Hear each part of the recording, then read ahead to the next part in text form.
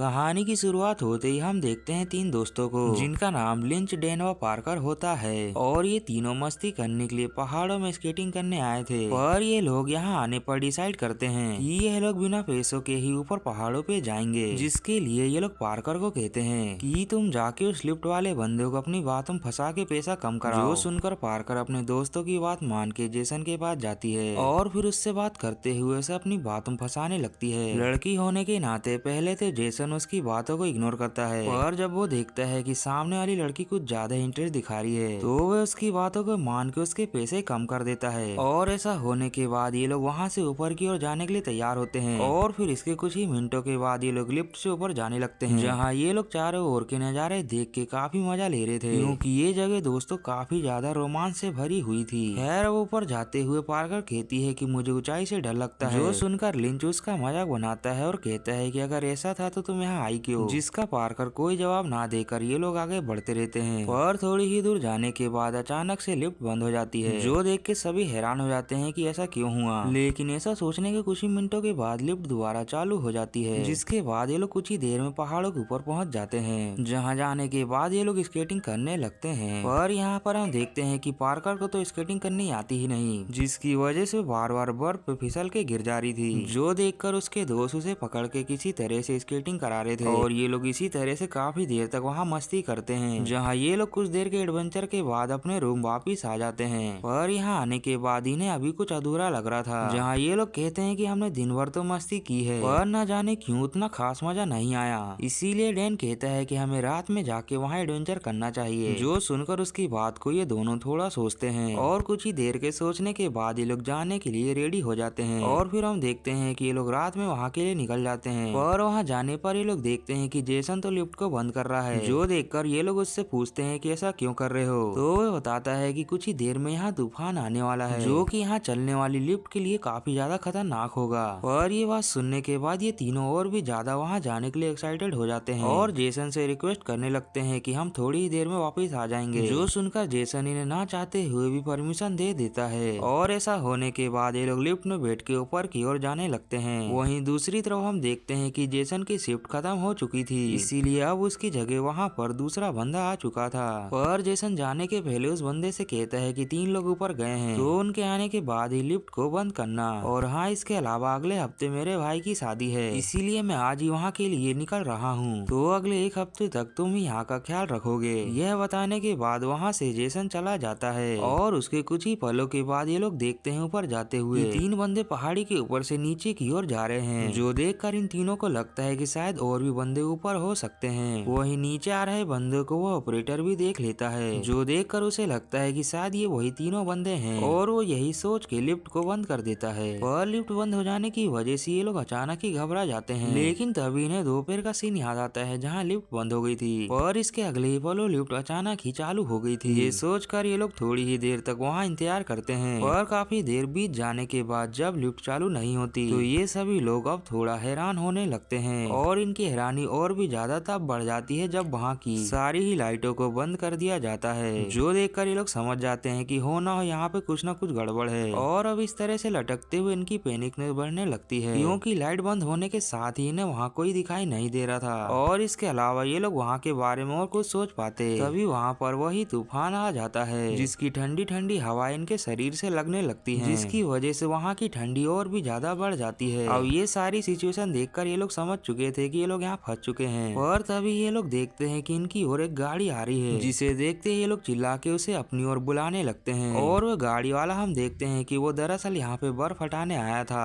वह बंदा बर्फ को हटाते हुए इनकी ट्रॉली के नीचे आ खड़ा होता है, जो देखकर ये लोग और जोर जोर से चिल्लाने लगते हैं। पर तभी उस बंदे को कॉल आता है कि आगे मत जाओ, आगे तूफान आया है, और अगर वो आगे गया तो तूफान में फंस सकता है। जो सुनते ही वो बंदा गाड़ी घुमा के बेस की ओर वापिस आ जाता है, और इस तरह से उसे जाता देख ये लोग चिल्लाते हुए अपनी उम्मीद खो बैठते हैं। इधर ठंड की वजह से इनकी हालत भी अब खराब होने लगती है, क्योंकि जैसे जैसे रात बढ़ रही थी ठंड भी लगातार ही बढ़ रही थी। जो देखकर लिंच कहता है कि मैं यहाँ कूद के नीचे जाता हूँ, और फिर वे जाके वहाँ से मदद लेके आने की कोशिश करता हूँ। जो सुनकर उसके दोस्त कहते हैं कि इसकी हाइट बहुत ही ज्यादा है, तो यहाँ से कूदने की वजह से तुम्हारा हाल भी बुरा हो सकता है। पर ये बात सुनकर लिंच कहता है कि हमें कुछ न कुछ करके यहाँ से तो निकलना होगा ही। जो कहकर वो लिफ्ट से नीचे की ओर छलांग लगा देता है, और नीचे नीचे कूदने के बाद वो देखता है अपने पैरों को, जो कि अब पूरी तरह से टूट चुके थे और उसके घुटने की दोनों ही हड्डियां बाहर निकल चुकी थी, जो देखकर वो दर्द के मारे वहीं पर चीख चीख के रोने लगता है, क्योंकि उसे दर्द के साथ वहाँ थोड़ा भी हिलते नहीं बन रहा था। वहीं ऊपर से ये दोनों उसकी हालत देख के काफी ज्यादा घबरा जाते हैं और तभी पार्कर उसके खून को रोकने के लिए अपने मफलर को नीचे फेंकती है, लेकिन हवा तेज होने की वजह से मफलर उसका उड़ के कहीं और ही चला जाता है, जो देखकर अब डेन अपने मफलर को गोला बना के नीचे फेंकता है और उसका मफलर लिंच के पास पहुंचता तो है लेकिन थोड़ी दूर पर, जिसे लिंच अपने पास लेने में पूरी तरह से असमर्थ रहता है। और अब इस तरह की सिचुएशन देख के डेन वहाँ के रोप से जाने की कोशिश करता है, वो रोप से जाके पोल से नीचे की ओर उतरेगा,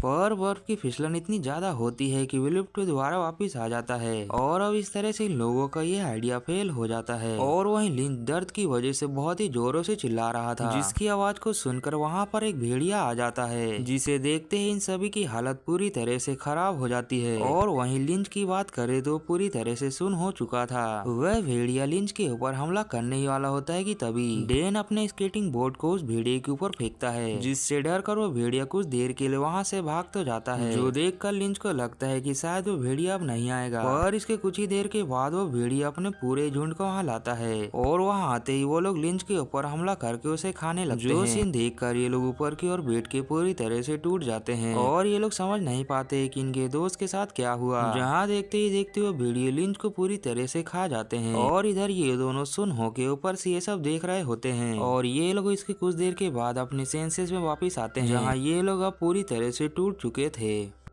डेन कहता है कि लिंच मेरे बचपन का दोस्त था और हम दोनों ने मिलकर ऐसी कई सारी मस्तियाँ की है, पर आज वो जिस तरह से मारा गया और मैं उसकी मदद नहीं कर पाया, ये सब सोच के ही मुझे बहुत ही ज्यादा बुरा लग रहा है। ये दोनों लिंच को इसी तरह से याद करते हुए काफी ज्यादा इमोशनल हो जाते हैं और इसी तरह से रोते हुए अब रात भी हो जाती है। पर अगली ही सुबह जब पार्कर सो के उठती है तभी वो देखती है कि उसने अपना एक हाथ जो कि सेफ्टी रोड पे रखा हुआ था वह ठंड की वजह से वहाँ पर जम चुका था। ये देखकर पार्कर अपने हाथ को किसी तरह से निकालने की कोशिश करती है और बहुत कोशिशों के बाद उसका हाथ तो निकल जाता है, लेकिन इसके साथ ही उसके हाथ का चमड़ा भी बाहर आ जाता है। और तभी इतने में ही डेन भी सोकर उठ गया होता है, जहां वो देखता है कि काफी ज्यादा धूप हो चुकी है, जो देखकर वो सोचता है कि अब तार से बर्फ पिघल चुकी होगी, इसीलिए वो फिर से वहां से लटक के आगे जाने का प्रयास करता है। जहाँ वो ऐसे ही आगे तो बढ़ जाता है, लेकिन तभी ट्रॉली की एक नट बोल्ट ढीला होने की वजह से ट्रॉली आधी लटक जाती है। और अच्छी बात तो ये होती है कि वो ट्रॉली नीचे नहीं गिरी होती। अब ये देखकर जल्दी से डेन आगे की ओर बढ़ने लगता है और वो बहुत हिम्मतों के साथ आगे की ओर बढ़ते जा रहा था, जहाँ वो ऐसे ही कुछ ही देर में खंबे तक पहुँच भी जाता है और फिर वो जल्दी से वहाँ से नीचे की ओर जाने लगता है। पर उसे इस बात का अंदाजा नहीं होता कि वो भेड़िया अभी भी नीचे हैं, जो कि उसके नीचे आते ही उसके ऊपर हमला कर देते हैं। और इतने में ही डेन के हाथ एक आयरन रोड लग जाता है, जिससे उन भेड़ियों को मार के वो वहाँ से आगे की ओर भाग जाता है, ताकि वो जल्दी से भाग के जल्दी से मदद लेके आ सके। पर ये देखकर वो भेड़िए भी उसका पीछा करते हैं और वहीं ऊपर से सारे नजारे पार्कर देख रही होती है, जो देखकर उसे लगता है कि शायद डेन उसके लिए मदद लेके आएगा।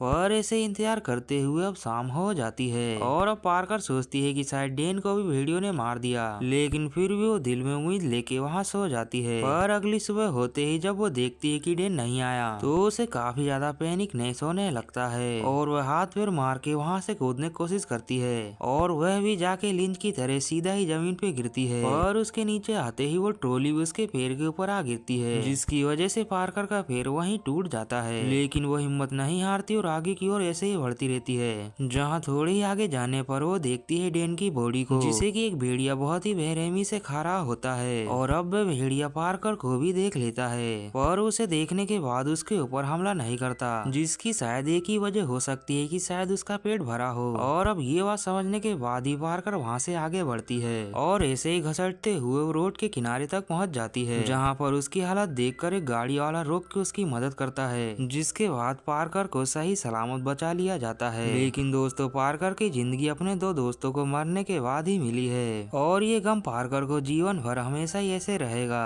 तो इसी इमोशनल एंडिंग के साथ यहीं पर ये कहानी का एंड होता है। अब मिलते हैं दोस्तों अगली कहानी में, तब तक के लिए अपना ख्याल रखें।